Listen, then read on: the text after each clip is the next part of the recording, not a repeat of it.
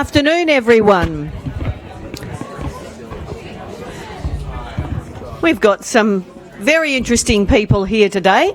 I want to know, before I start, how many of you have been to one of our end-of-life care, palliative care events previously, please? Rightio, just as well the Minister, Ken Wyatt's putting his hand up, otherwise he'd be in very deep trouble. I'm Nola. Look, I'm your MC for today. I'm the co-convener with my wonderful friend Katrina Billick, Senator Katrina Billick from Tasmania, of the end-of-life care group here in Canberra. And we generally get very good at these events, a spread of our members of Parliament, and which is why I'm just warning you before I start the official proceedings that should the bells ring, if they're red, you'll see Katrina and any senators bolt. If you see it's that's how works. So if you see those bills, please forgive us. It's not that we're being rude to you, but that means we have to go into the House to vote. So, look, thank you all so much for coming, and I'd like to acknowledge today the Ngunnawal people on whose land we're meeting and show respects for their elders past, present and future. And I think it's particularly relevant today, given that we're going to be talking about palliative care and Indigenous Australians. And that's incredibly important and relevant given that Minister Ken Wyatt is also Indigenous and was born and raised in his early years in my electorate in the southwest of Western Australia, and technically is from Bunbury. So I see that he's got more than one good thing going for him. And part of it is that he's originally from my patch, so basically he's been correctly brought up in the world, because that's what people from the southwest are, aren't they, Ken? Yes, thank you. I'm also the Chief Government Whip in this place, so Ken's sort of very careful that he's making sure that when I say something that he always says yes even if he does do his own thing. So that's how that works as well. So look, this is the fourth lunch of our group for 2018, and how wonderful it is that so many of you have made the effort to come. You know, Palliative Care Australia can put on these events, but if people don't come along, then it's a waste of their time and effort. So on their behalf, can I say thank you so much for coming. We really, really appreciate everything that you do, and also the work that we're trying to do in relation to end-of-life care for all Australians, So not only do we have Minister Ken Wyatt, he's actually officially the Minister for Indigenous Health, Senior Australians and Aged Care. We also have with us Professor Neil Drew, the Director of the Australian Indigenous HealthInfoNet Network from Edith Cowan University in Western Australia. Western Australia. And I've just heard him saying there's a 3-hour time difference and it's tough to cope with. But, you know, he'll adjust. We have Richard Weston, the CEO of the Healing Foundation, and Fiona McCallum, the General Manager of what is a wonderful term, good grief. It's a great way to put it, because that's what it needs to be for all of us. So thank you so much for being here, and we really appreciate you being here.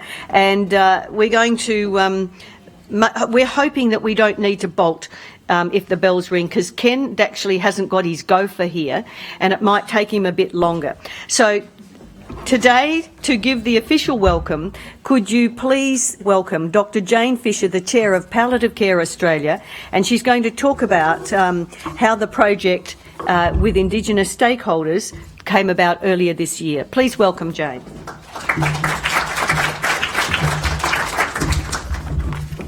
Thanks, Nola. So I firstly would also like to acknowledge the Ngunnawal people, the traditional custodians of the land on where we are gathered here today, and pay my respects also to those elders past, present and emerging.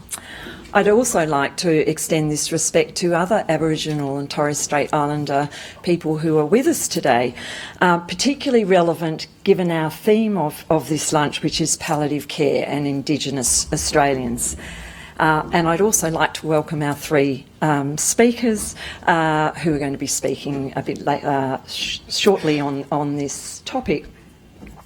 To all of you, as Nola said, thank you very much for coming along to our fourth and final lunch.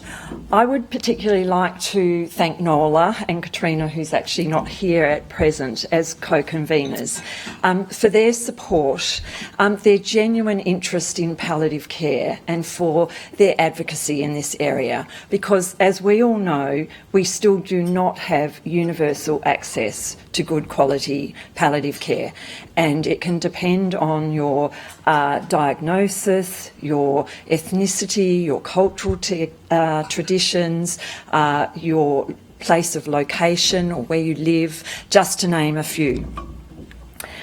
I just wanted to also recognise that this week is National Carers Week, and it's important that we recognise the role of carers. It's really key to supporting people at the end of life, and particularly for people who are wanting to be at home. Palliative Care Australia, as the national peak body for palliative care, is committed to closing the gap between health outcomes for Aboriginal and Torres Strait Islander people. And we have been a member of the Closing the Gap Committee since 2006. Our vision is for reconciliation, is for Australia to be connected and living well, with an embedded acknowledgement and respect for Australia's First Peoples. We acknowledge that Aboriginal and Torres Strait Islander cultures are particularly dynamic and diverse across Australia, both between different cultural traditions and also between urban, rural and remote locations. And I can certainly speak from a personal experience, having worked in the Kimberley for 10 years, where we even experienced differences within communities. So how do we understand people's traditions, values, cultural practices, and integrate that into organisational policies and service delivery, but ensuring that we treat all people as individuals and with respect? PCA is also aware that the place of dying and death is culturally and spiritually significant for many Aboriginal and Torres Strait Islander people. And we know that that need to return to country is important for many at the end of their lives. And this is something that palliative care services work in collaboration with others to try and achieve. Palliative Care Australia is working with other peak bodies to achieve health and life expectation equality for our Aboriginal and Torres Strait Islander peoples, and we would like to hope that by 2030 any Aboriginal or Torres Strait Islander person born in Australia actually has the same opportunity to live a long and healthy life. In February of this year, Palliative Care Australia held a roundtable about palliative care and end-of-life issues for Indigenous stakeholders, and unfortunately a number of those couldn't be here with us today because of other events that are happening across the country. However, at that event we heard that access to resources and information about culturally safe care and support at the end of life for healthcare professionals was an area for improvement. So today, I'm proud that we've collaborated with Australian Indigenous HealthInfoNet, it's quite a mouthful, to set up a new information hub where health professionals can find evidence-based and up-to-date information to help upskill and empower our health workforce. It gives me great pleasure now to officially welcome the Minister for Indigenous Health and Minister for Senior Australians and Aged Care, the Honourable Ken Wyatt, to officially launch this resource hub.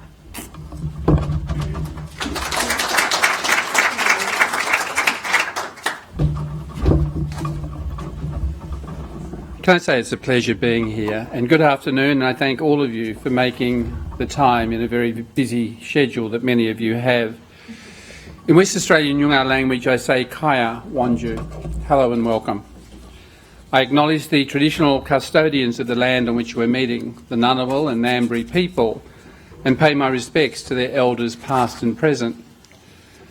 I want to acknowledge that both co-conveners of the Parliamentary Friends of End of Life, both Nola Marino and Katrina Bilic, both of you have done an outstanding job in bringing to our attention as parliamentarians and bringing together very key and critical people to remind us of the importance of that stage in life in which we need to make decisions about how our life is to end in its final chapter. I acknowledge Dr. Jane Fisher, Chair of the Palliative Care Australia, Liz Callaghan, CEO of PCA, Professor Neil Drew, Edith Cowan University, my good friend Richard Weston, CEO of the Healing Foundation, Fiona McCallum, General Manager of Good Grief. I notice Jackie Huggins is also with us, and it's good to see you here. I also acknowledge any other parliamentary members. Improving access to high-quality palliative care for all Australians is a top priority. Having access to support and culturally appropriate palliative care is fundamental to human dignity, particularly for our first Australians, but equally for all Australians.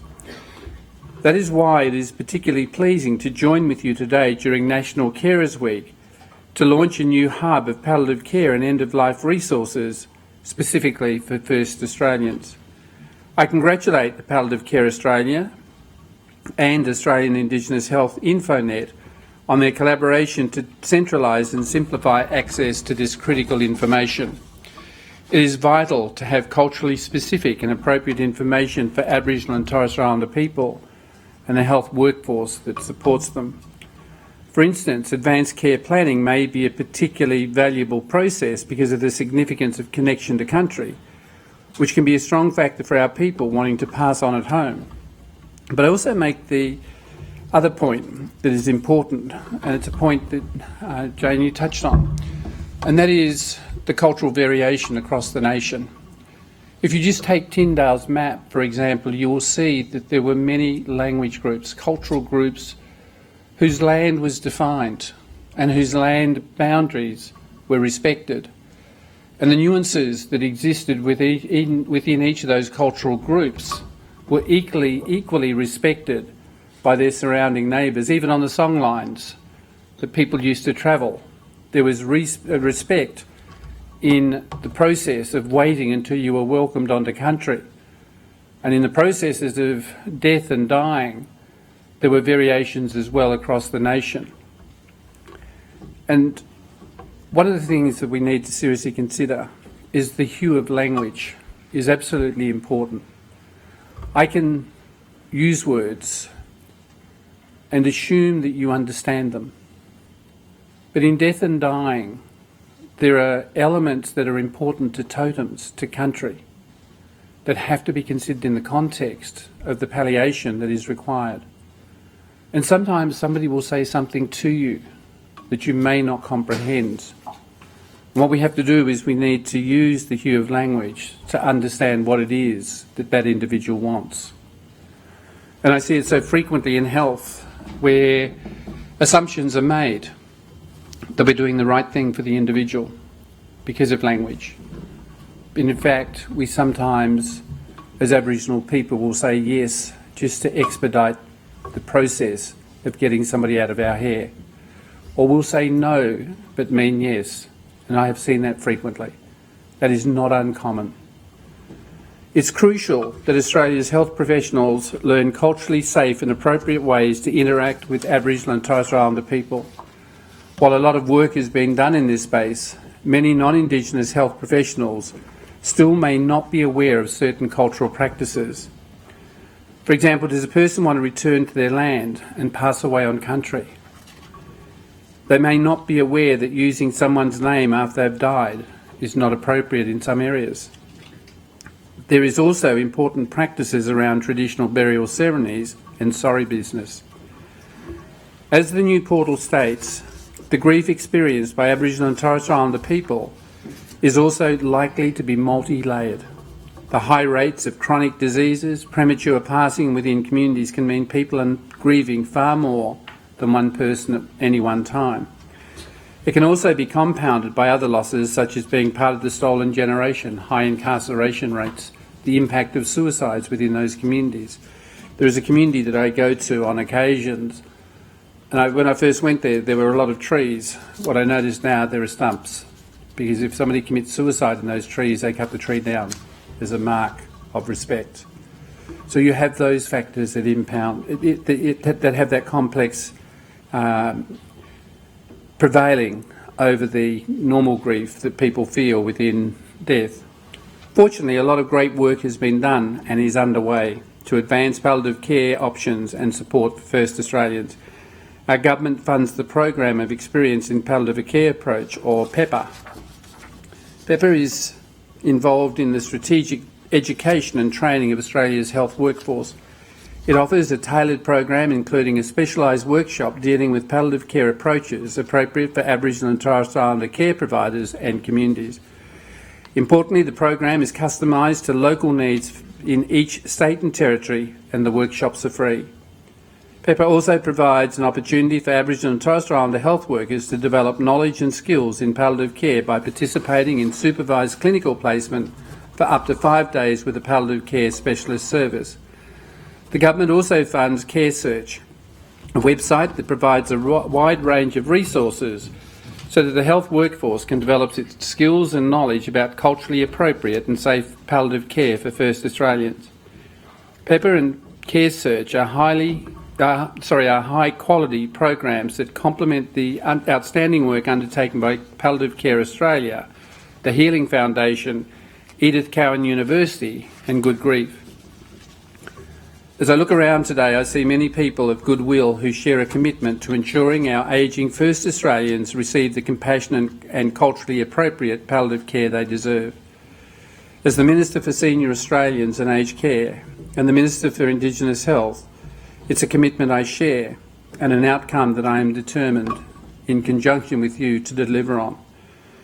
Our Aboriginal and Torres Strait Islander people deserve nothing less, and so I congratulate all of you on creating the hub, creating the information portal, but more importantly, being inclusive of the nuances that exist within our cultures based on the diversity of our geographic locations, but more importantly, the influence of both contemporary Australia, but the retention of the cultural and spiritual essence of what dying and death means within our communities. Thank you.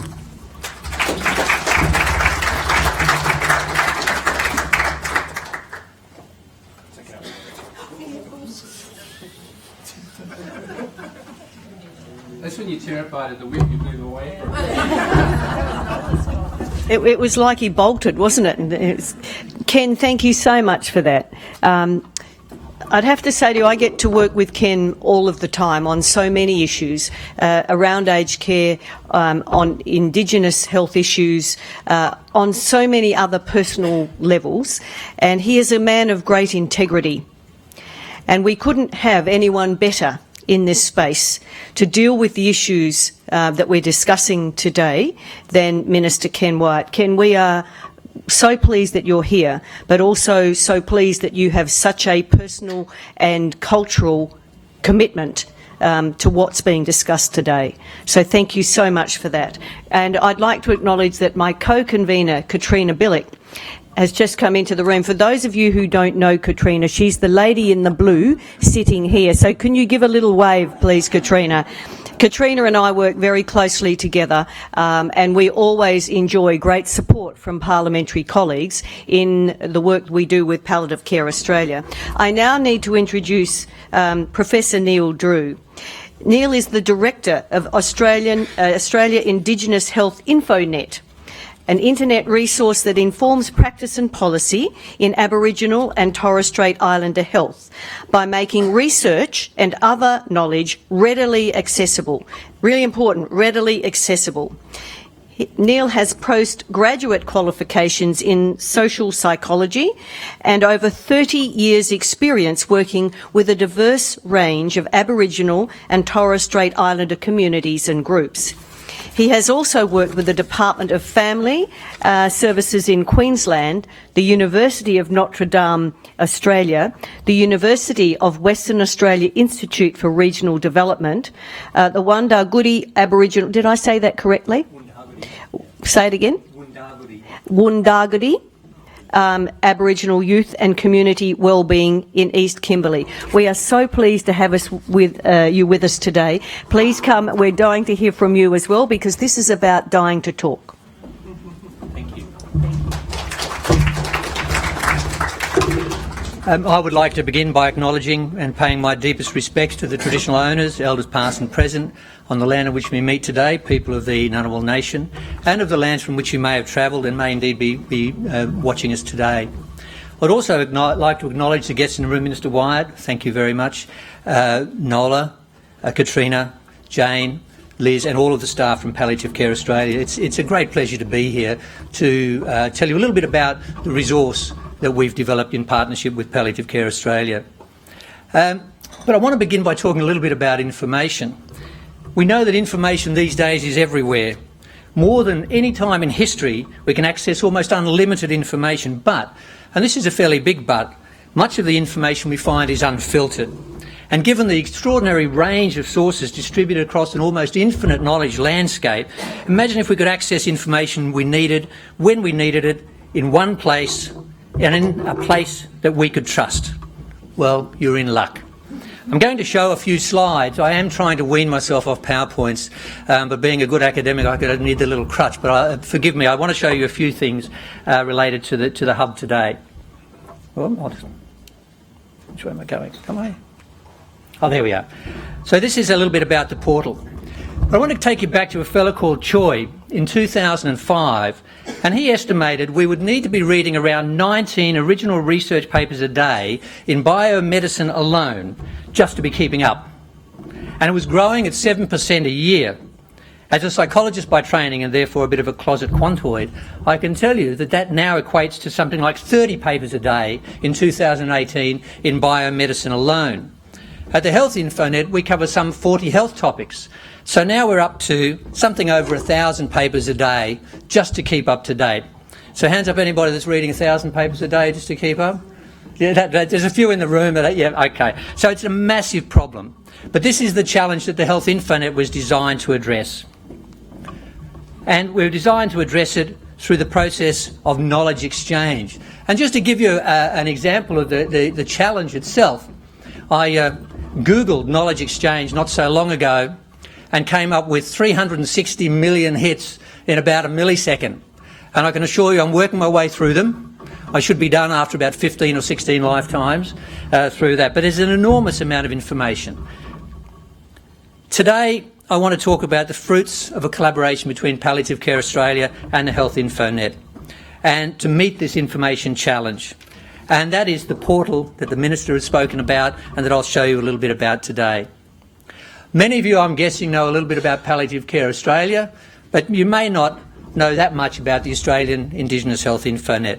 So let me tell you a little bit about ourselves. And it is relevant, believe me, it's not all just self-congratulatory and self-serving. In 2018, the HealthInfoNet turned 21 years of age. The HealthInfoNet was born of the vision of a highly respected Kimberley paediatrician, Professor Neil Thompson.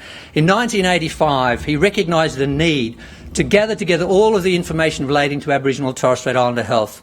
And at a fellowship with the Aboriginal and Torres Strait Islander Institute, as it was known at the time, he pulled all this information together and started making it available to people throughout the country. And that now brings us to the HealthInfoNet of today. And this lovely group of people are all of the staff at the HealthInfoNet at the moment. The HealthInfoNet today is the most complete and sophisticated repository of Aboriginal and Torres Strait Islander health resources in the country, and it is still unique in the world. One of the key roles of the HealthInfoNet is not just to hoover up all of the information, but to make it available to an often time-poor and overburdened workforce. If you've got to get through 1,200 papers a day, you're going to need some help, and we can provide some of that. We publish an overview of Aboriginal and Torres Strait Islander health status every year and have done so for around 15 years. We've published almost 20 reviews of a wide range of Aboriginal and Torres Strait Islander health topics, from cardiovascular disease to illicit substance use, all of which are freely available on our website. We run a special library, and I have 2 library staff that work with me, and our special library houses over 36,000 items in a searchable database. In a survey of 1,000 users a couple of years ago, over 97% said that they were satisfied with the services that we provided. Last year, we had over 1.3 million sessions and over 6 million page views of the HealthInfoNet. We also have a very wide range of users And I take the point that looking at the back of the room, you're not going to be able to see that, but just look at the colours of the wheel, and they represent all sectors of the health workforce. And we're very proud that we reach a very broad audience with our user groups. In 2015, we implemented our digital evolution strategy, which was to move our web resource from a static resource to a responsively designed resource, and to make sure that we stayed ahead of the curve in terms of knowledge exchange research in Australia. The key to the digital evolution strategy was this shift to responsive design, and I put it to you that this is going to be the key to the success of the palliative care and end-of-life portal that I'm showing you today. And so far, I think we're doing okay. We're launching the portal today, so I don't have much information about how that's been received, but I can give you a couple of quick quotes from people that have had a look at our new resource over the last couple of months.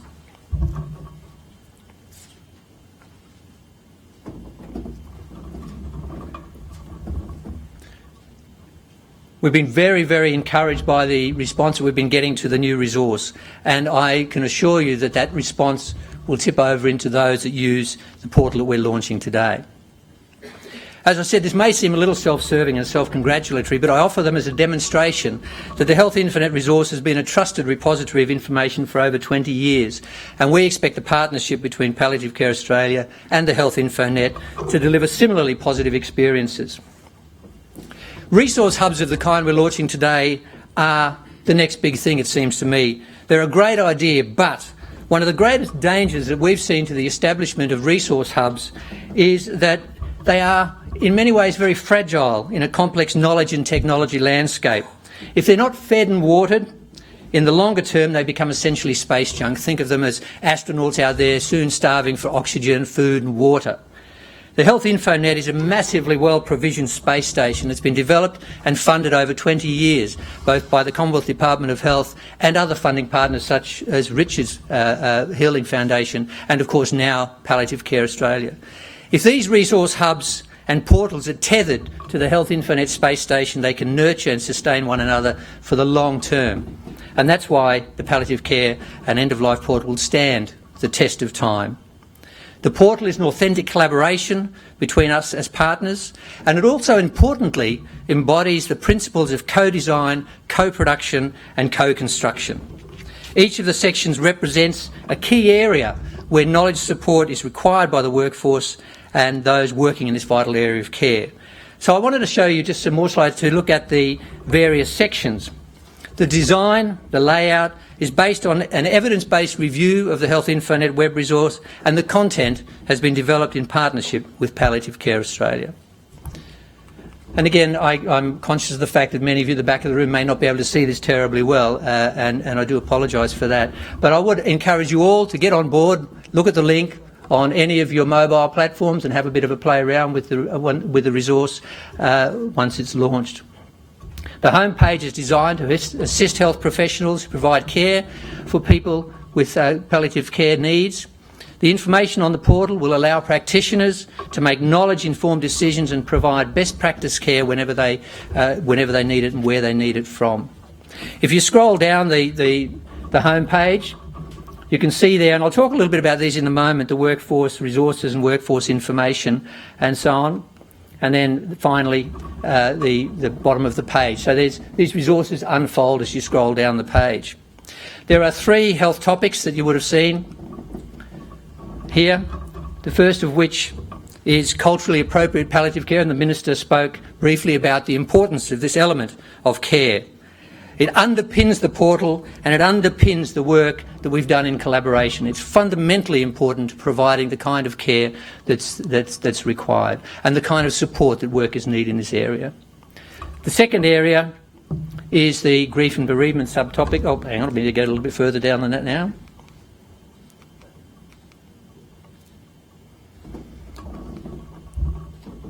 Grief and bereavement addresses the importance of health workers supporting and respecting the different cultural practices that surround the passing of Aboriginal and Torres Strait Islander people.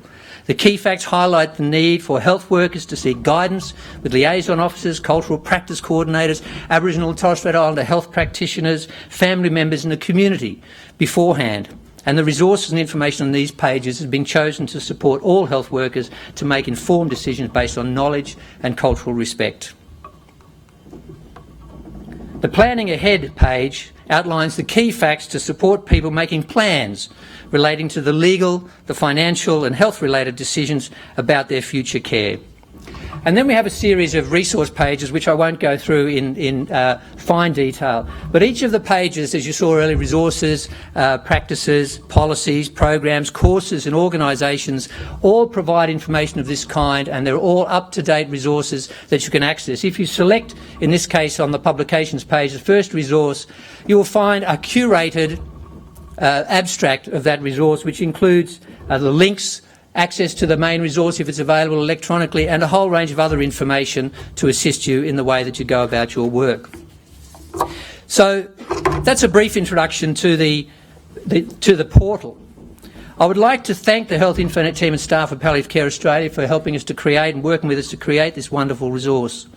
Palliative Care Australia and the Australian Indigenous HealthInfoNet are now tethered together in a partnership to provide the highest quality resources to those working to support individuals, families and communities in palliative care and end-of-life care. I invite you all to visit the portal. We welcome your feedback as the portal continues to develop. As Director of the Australian Indigenous HealthInfoNet, I'm very proud to present to you and officially launch the Palliative Care and End-of-Life portal. Thank you very much indeed.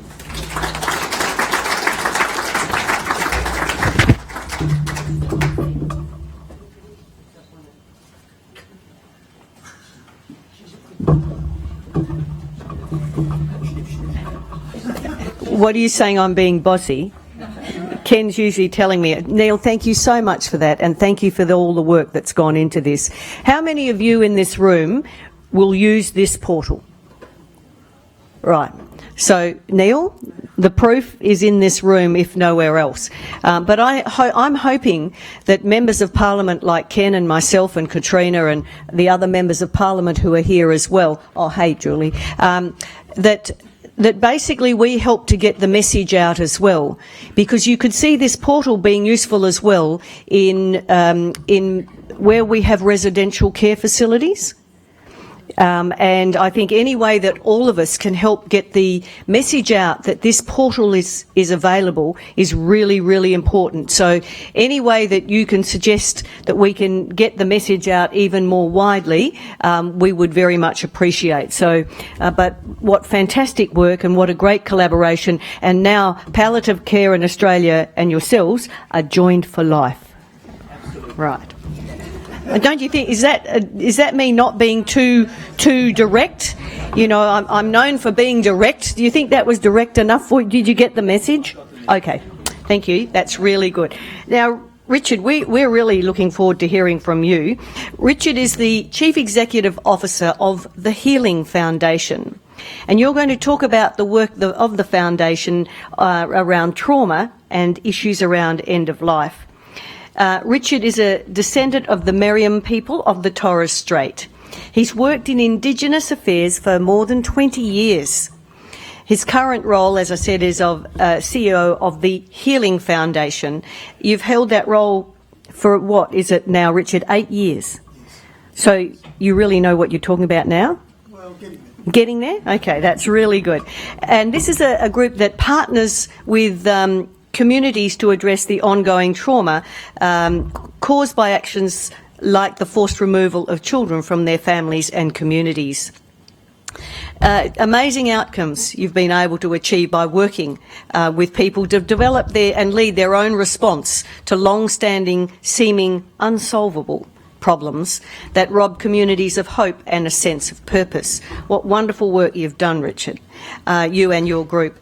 Your specific focus on the capacity of communities to heal from trauma is by providing funding for Indigenous community organisations to actually design, develop and deliver their own healing projects. The amount of power in that would be extraordinary. That's wonderful work that you've done. He's worked extensively in community health services, and when in Broken Hill, Richard led the development and delivery of high-quality health care and improved health outcomes for adults and children alike in a remote. Richard, we are really looking forward to hearing from you today around the hub and the work that you've done. Please give a really warm welcome to Richard Weston.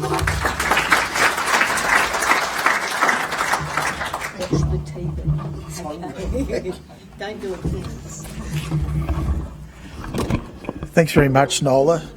The whips aren't that bad. So I want to thank Nola and Katrina for convening this today, and also thank Liz and Jane for the invite to speak today. It really is an honour to be able to speak to a group of health professionals who are leading by example to address the needs of Aboriginal and Torres Strait Islander people. It's also great to be speaking with Neil on the same program, and with Fiona as well. We have done a fair bit of work with the HealthInfoNet, so I can vouch for their efficacy and effectiveness, so thanks a lot, Neil. Palliative Care Australia has demonstrated a genuine commitment to building policy and services that are culturally appropriate and therefore accessible and beneficial to our peoples. You've done this through initiatives like a culturally appropriate version of Dying to Talk and a comprehensive reconciliation action plan that recognises the need to develop programs that accommodate the spiritual and cultural beliefs of Aboriginal and Torres Strait Islander people, build on a platform of historical acceptance of the wrongs of the past and their ongoing impact. Death is difficult for everyone, but I think the journey towards end of life is a unique path, shaped by who a person is, where they come from, and the experiences that have informed their lives. For Aboriginal people, there are some factors that will influence that journey in a way that might not be easy for non-Indigenous people to recognise or understand. Dying is a very spiritual experience for us, a time for reconnecting with our ancestors, which is an inward journey, but also focusing on unfinished business, especially in our responsibility to pass on knowledge and wisdom. The place of dying and death is also culturally and spiritually significant, which is why return to country will often be a high priority. Other key differences relate less to who we are as people and more to our experiences as an Indigenous population that has endured colonisation. Factors that mean we will usually die younger, poorer, and in positions of heightened vulnerability. And it's for this reason that I especially commend PCA's efforts to build a palliative care workforce that is trauma-informed and trained to identify and address the effects of lifelong trauma when caring for Aboriginal and Torres Strait Islander people in the final stages of their life. As palliative carers, you know better than anyone that the emotional strain of facing death can be a trigger for buried or unresolved trauma, and its symptoms like mental health problems, self-isolation, lack of trust, violence and substance abuse. This can make preparations for end of life a period of great distress for the people dying and their loved ones. Of course, this isn't unique to Aboriginal and Torres Strait Islander people. Non-Indigenous Australians also suffer trauma during their lives, which manifests in older age or during the palliative stage of a person's illness. But for our mob, the causes of trauma didn't occur in a single generation. They reach back for 230 years in the shape of frontier violence, sexualised violence, massacres, disruption of homelands, and more recently the extensive forced removal of children from their families, known as the stolen generations, and subsequent abuse and neglect. And this series of traumatic events didn't just occur to an individual. They affected whole families and communities, making the trauma both collective and cumulative, and the ongoing impact is far more profound. The stolen generations have been telling their stories of pain and suffering for decades now, since the Bringing Them Home report was tabled in Parliament in 1997. But very little has been done with the recommendations from that report, and very little action has been taken to address the issues raised. As a result, the trauma legacy continues. In August, as part of our efforts to win support for new outcomes, the Healing Foundation released new research which highlights the ongoing burden created by forcibly removing tens of thousands of Aboriginal children from their families to be largely raised in institutions. and suffer loss, neglect, abuse and sexual violence. As you probably know, this dark episode of Australian history began in the early 1900s and continued right up until 1972. But before August, we didn't know how many Stolen Generations members were still alive, let alone where and how they lived, which made it difficult to determine needs and plan services to address them. Collated by the Australian Institute of Health and Welfare, our new demographic and impact study fills a lot of gaps and importantly uncovers an alarming level of disadvantage for members of the Stolen Generations, including poorer health outcomes, lower levels of prosperity and greater lived experience with social issues like violence, substance abuse and mental health factors. For example, the Stolen Generations are more than 3 times as likely to have been incarcerated in the last 5 years.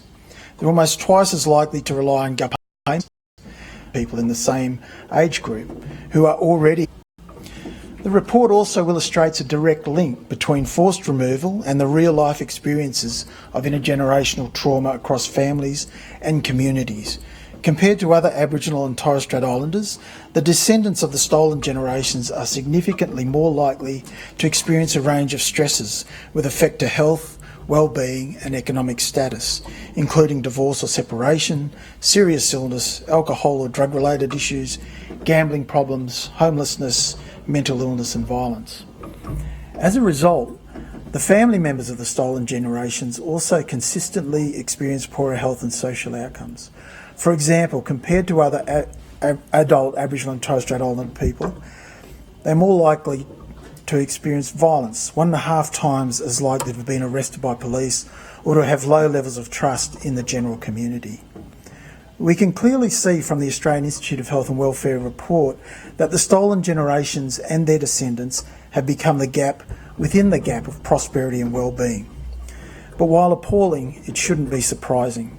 If people don't have an opportunity to heal from traumatic childhood events, it continues to impact on the way they think and behave, which can lead to a range of negative outcomes, including poor health, isolation, suicide and violence.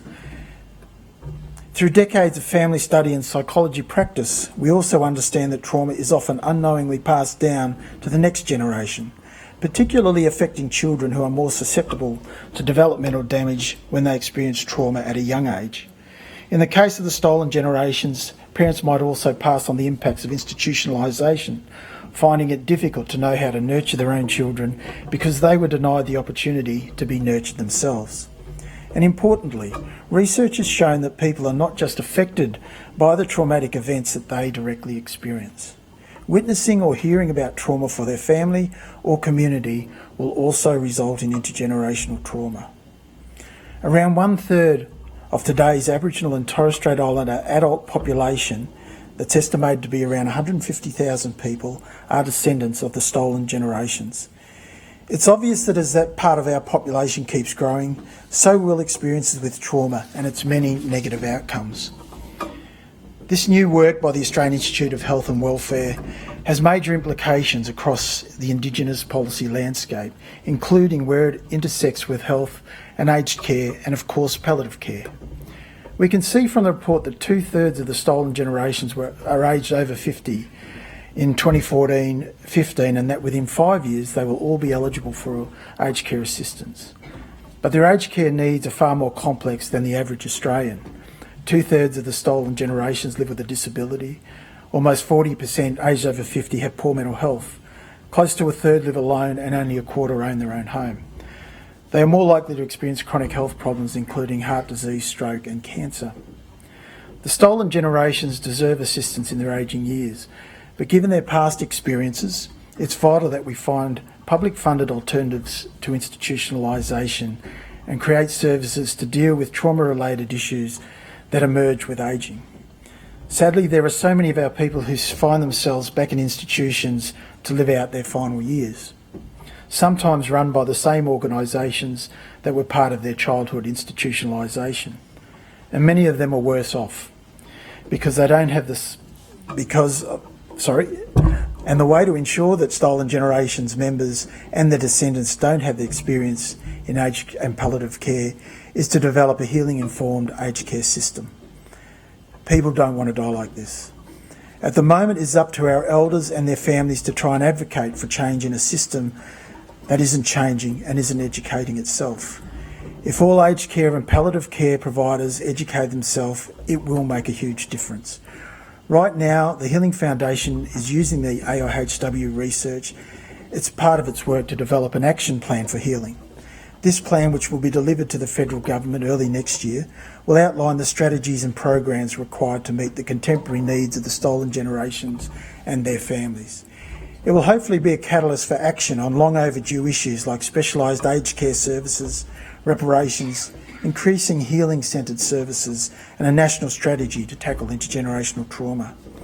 As part of that plan, we will certainly be calling for coordinated and compulsory training around stolen generations trauma, so that workers across relevant service and policy sectors are better equipped to provide effective and appropriate support to Aboriginal and Torres Strait Islander people. The aim is to ensure that everyone has the skills to identify and appropriately deal with trauma, because when we train people to understand how trauma works, they are more likely to pick up the warning signs early, diagnose problems correctly, and find effective solutions. At a knowledge circle we held with members of the Stolen Generations earlier this year, we started to scope out the training needs and topics to achieve a trauma-informed workforce. We talked about understanding the impact of lost family connection to breaking down barriers created through an understandable lack of trust in authority of medical staff. For example, as a palliative carer, you firstly need to know that trust will often be an issue when you're working with members of Stolen Generations. The Healing Foundation is developing trauma-informed care training packages that will improve cultural awareness and competence in this area. Another key part of our work right now is to increase awareness around the impacts of trauma and the role of healing in forums, organisations and environments where it is less understood. Along with Liz, I was recently part of the process to review and hopefully establish a new Closing the Gap framework that will actually close the gap. As you may know, the inclusion of healing as a target was discussed and widely supported.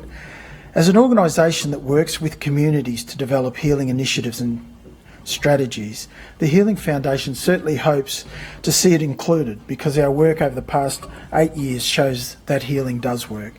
For example, independent analysis has found that our men's healing programs have led to a 50% reduction in contact with corrective services and falls in family violence. Programs for young people have potentially reduced contact with the protection system by 18.5% and the juvenile justice system by nearly 14%. And healing projects for stolen generations have led to improved ability to care for the grief and reconnect with family for more than 70% of the participants. We often focus on the work that still needs to be done, and rightly so, but I think it's also important to remember that gains have been made. We are at least talking about healing as a close the gap target, and I can assure you that wouldn't have happened a decade ago. I hope to soon see increased investment in healing programs and services on a scale that will adequately support those who continue to suffer from trauma, create change and break the trauma cycle. But in the meantime, I thank you all for wanting to be a part of a better future for Aboriginal and Torres Strait Islander people, and for the work you undertake to understand, respect and deliver important care and support in accordance with our culture and our needs. Thank you very much.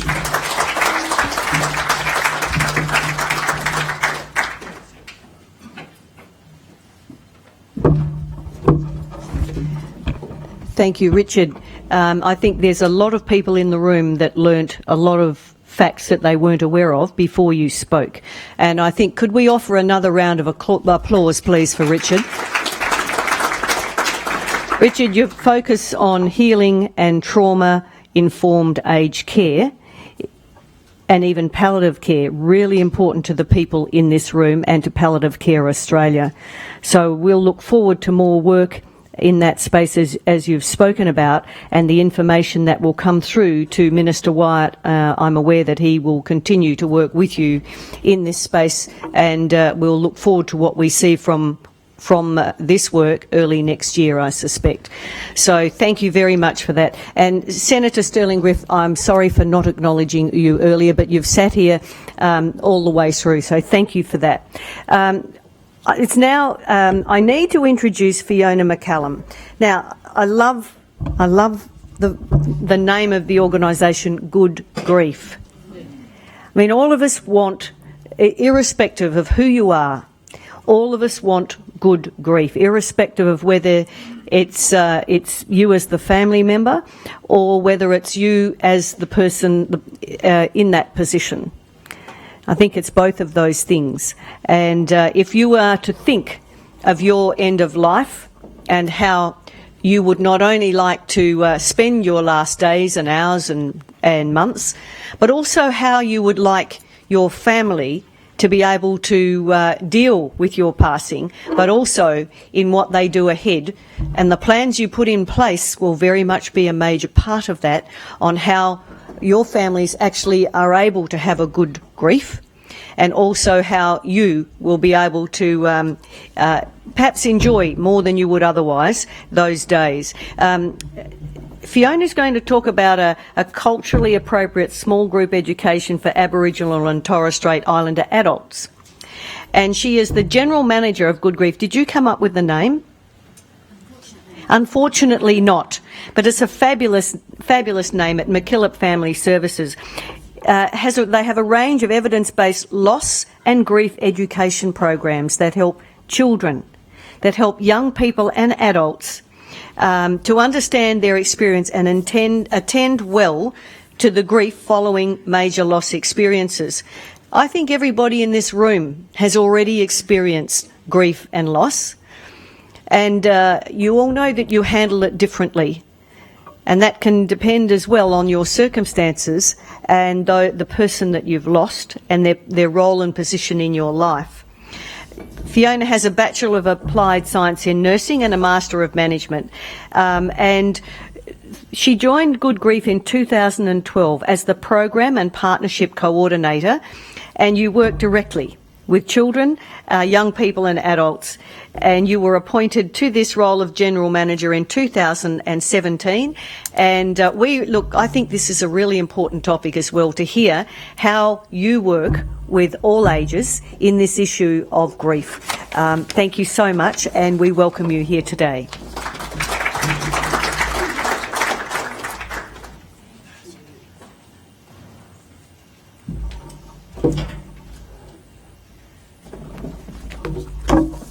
Thank you, Nola, very much. I'd first like to acknowledge and pay my respects to the past and present traditional landowners on the Ngunnawal land, and also to acknowledge the future leaders that will take us into the future. I'd like to acknowledge Minister Wyatt, and Nola, thank you, and Katrina, thank you very much for being here today. Thank you so much to Liz and Jane for the invitation to come along and talk about Seasons for Healing. And very proud to be standing up alongside of Neil and Richard. And without Richard's support through the Healing Foundation, I in fact wouldn't be here today. Richard's a hero, absolutely. Absolutely. So as Nola mentioned, Good Grief is a program of McCallum Family Services. We provide loss and grief education programs to children, young people and adults so that they can attend well to their grief and understand their grief reactions, to then be able to step by step into the future. Now, I'm missing a clicker.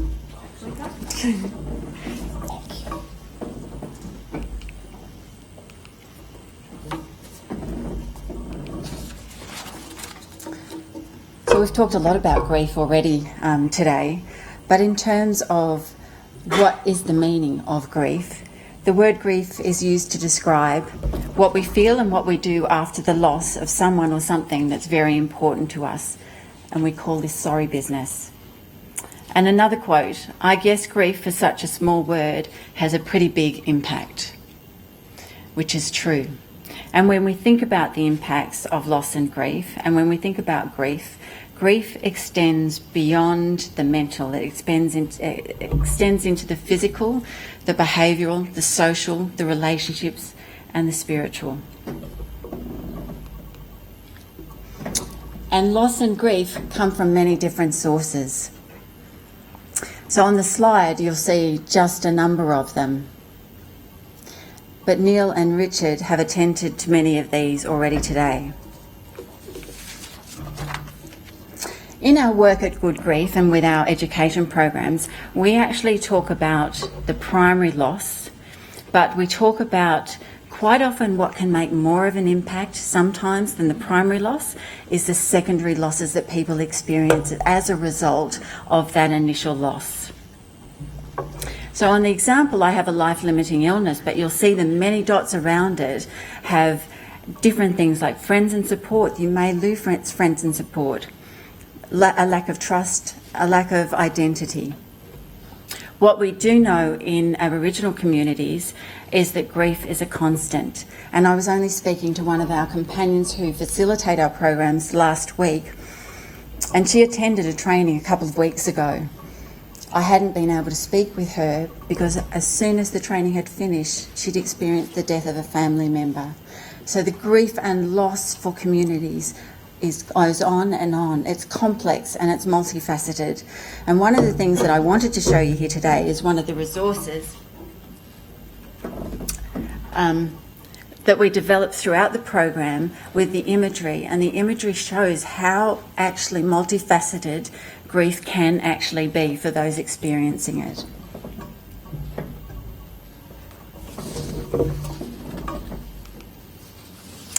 So a little bit about our background at Good Grief with our Seasons for Growth programs, because I think this is a really important part of our story and how we came to developing Seasons for Healing. Seasons for Growth was a grief and loss education program developed for children and young people back in 1996, and it was developed at a time when divorce rates were skyrocketing.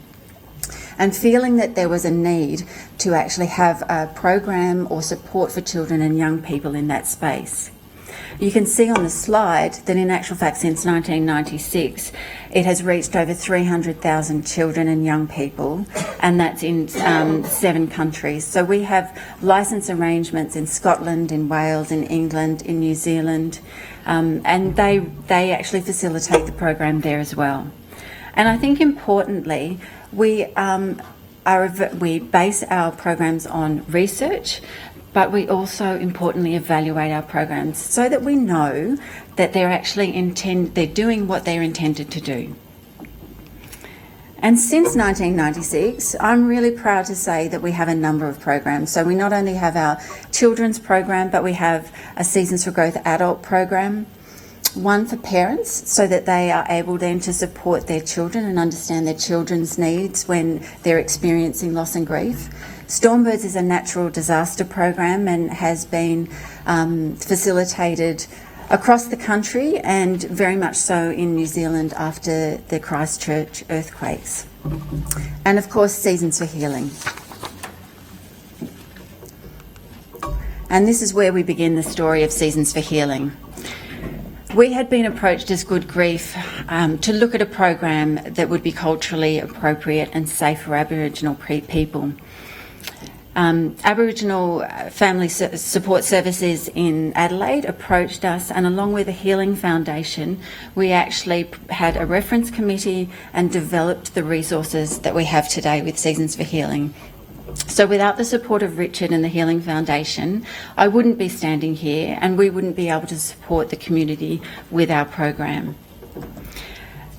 Some of the illustrations and the artistry that you will see, Bronwyn Bancroft was actually involved in the program. So that's why we too have the beautiful illustrations that we have and we're so proud of. So Seasons for Healing is based on the fact that grief is a normal and natural response to loss. We all experience change and loss throughout our lives. We can't get away from it. And we will experience grief in different forms, as Nola mentioned. We do know that adults, children and young people can benefit from actually having the chance to step back and have a look at their grief journey and explore that. And we do know that in a peer-to-peer group program that actually can be very supportive. When you've experienced grief, sharing that story in a safe space with others who have experienced similar losses or similar grief. but importantly, managed in a culturally appropriate and safe environment. Going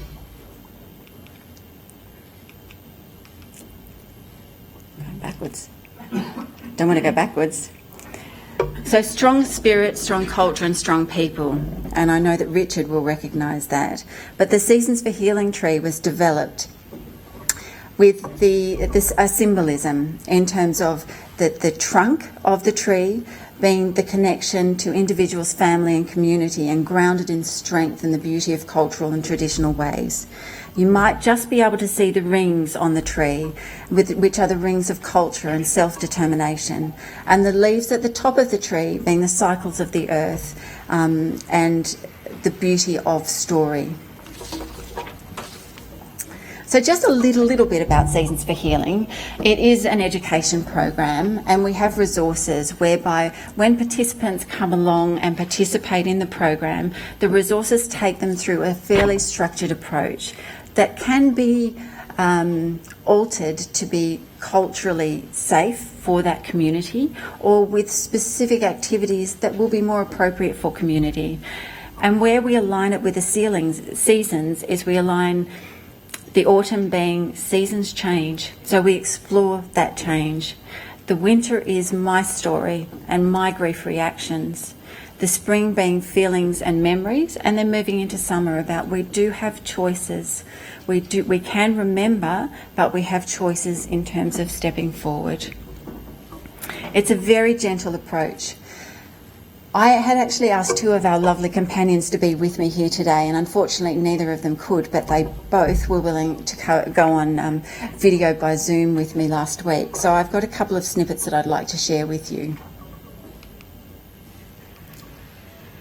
So this is Katrina Ross. Katrina works from Coronella Disabilities and Aged Services in Sydney. My name's Katrina, and I am the Aged and Disability Coordinator at Coronella Aboriginal Corporation, and I also run our Aboriginal Workers Support Circle. We've been running for about 8 years, and we kind of support people to stay in their roles so there's not so much high turnover with mainstream services employing Aboriginal people. So I think our goal through that worker circle was to do this training because we come from all different backgrounds and all different workspaces, and we all sort of thought it was very valuable for us personally, but also for our communities, which is why we partnered with you guys and CESPHN to fund us to be able to undertake the training. Yeah. I've had nothing but brilliant feedback from everybody that participated. They all really got a lot out of the program and are all very excited to go and now run that program in their communities and workspaces, which is great. And we thank you very much. Pleasure. And just, I'm a bit quick on this today. Just another little snippet from Katrina.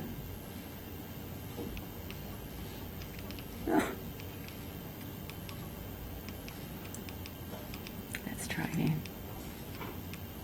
Different sort of ways we're looking at it. So through Coronella and the aged and disability space, we're going to run it out as a program for all of our aged and disability clients that come and attend our groups that are all different ages, all different backgrounds. They come from all over different Aboriginal communities. So we're going to try to filter it so that certain groups are together, disability and younger people are together, and the older people that feel more safer together.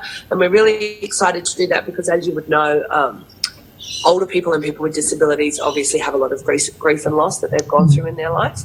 And a lot of that, especially in our community, hasn't really been dealt with in a culturally appropriate way, or really in any way, unless they've been seeing mental health support and stuff like that. So for us, we're excited to see the life transformations of these clients, which I'm sure we will. It's hard for us because, as you know, there's a lot of trauma in Aboriginal communities, as well as that intergenerational trauma that's passed down. So for our people, it's probably going to be quite full on and maybe a little bit confronting for them, but it's going to give them the tools that they're going to need to go out and be able to deal with grief and loss in the past, but not only in the past, but stuff that they'll experience in the future. And like I said, be that guidance for their family and community, and show that example of using those tools. So they're going to then go and help their family and friends by having those tools. So Katrina had actually just completed the small group program herself, along with the Inner Circle Workers Group. and just about to start on her journey of actually facilitating groups. Deborah, who you'll see next, has actually just completed facilitating a group on the south coast of New South Wales.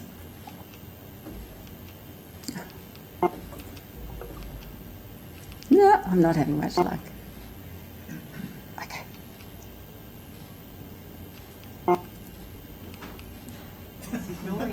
It is ignoring me. Tested time and time again.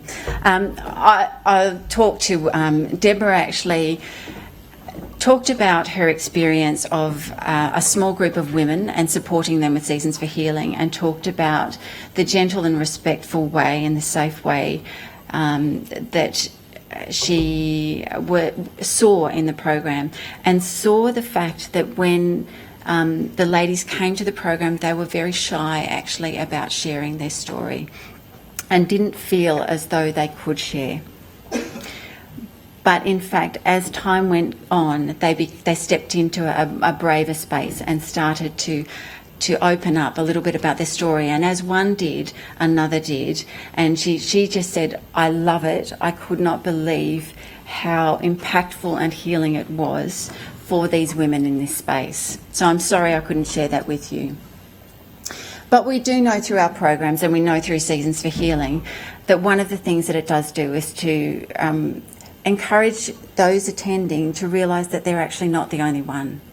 And that's mostly the power in it.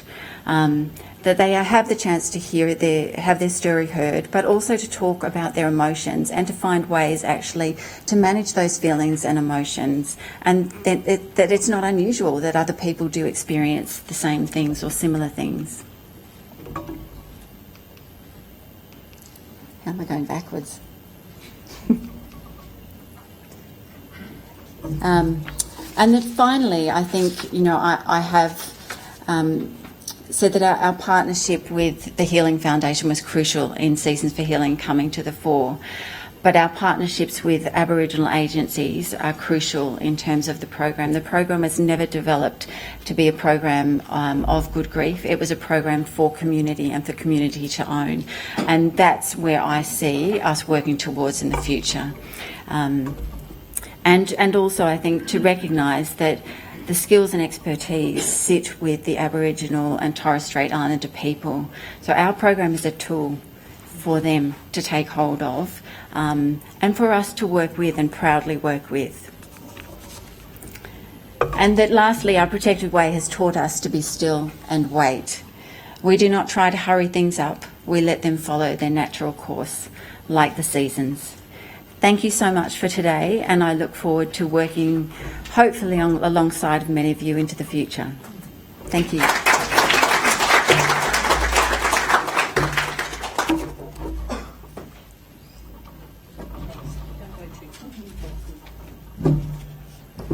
Can we just thank Ken as he leaves? He's got responsibilities in the run to question time.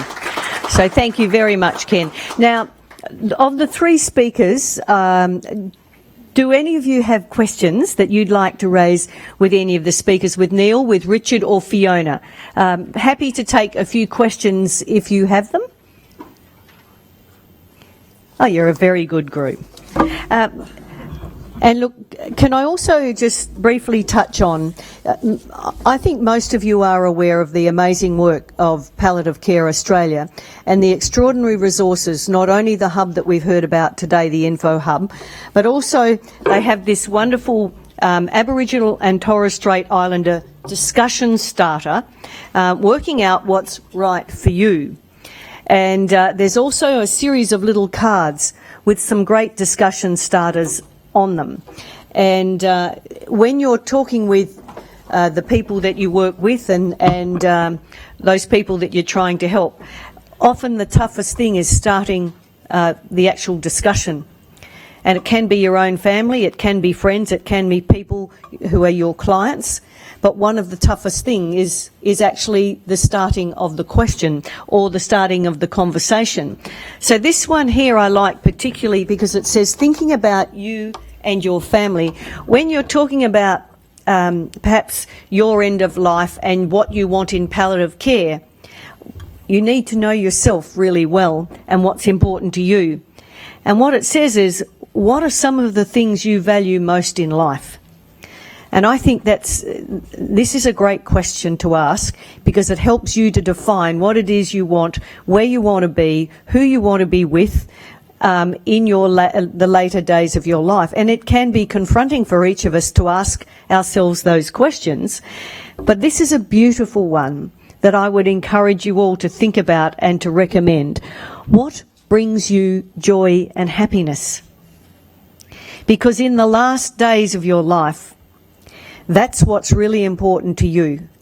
It really is. And there are issues here around, are there any cultural and family traditions that are important to you? And I know that with Aboriginal and Torres Strait Islander people, there would be several real issues in that particular question. So could I encourage you to use the various resources that are available with Palliative Care Australia? And I've found them very, very useful in a personal sense, but also in a professional sense. You would understand that as members of Parliament, it's not unusual for us to deal with people in various stages of life, and for them to be at a point where they can be in need of great care and great caring. And so some of these questions are really hard for us to have with our families, and they're very hard for us to have with ourselves.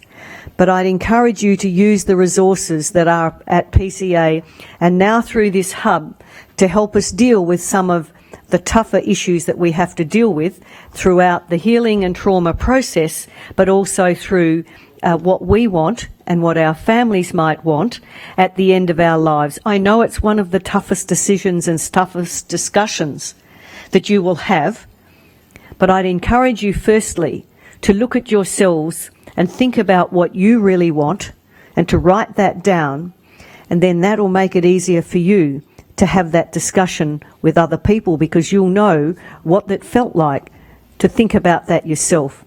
So I really wanted to thank Palliative Care Australia and all of you today, and my co-convener, Katrina. I think we love what we do. We are very committed to Palliative Care Australia and end-of-life care. And Jane, thank you so much for all you do. And I'd like to introduce to you now the CEO of Palliative Care Australia, Liz Callaghan, to close the event today. Thank you.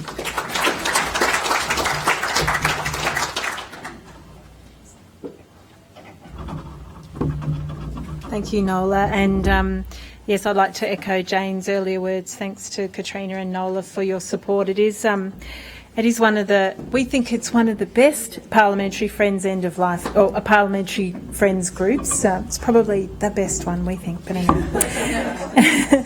So I did want to obviously thank the Minister. Had a bit of a side chat to him. It was really wonderful that he's always very supportive of the work that we do, as well as is Minister Hunt.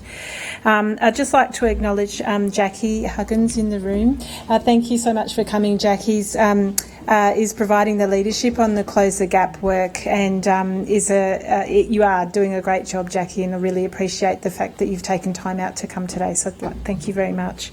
And thank you, Senator Griff, for coming as well. You've been a long supporter of Palliative Care Australia, and we have a good relationship, and that's really, really great. So I would also like to just acknowledge that the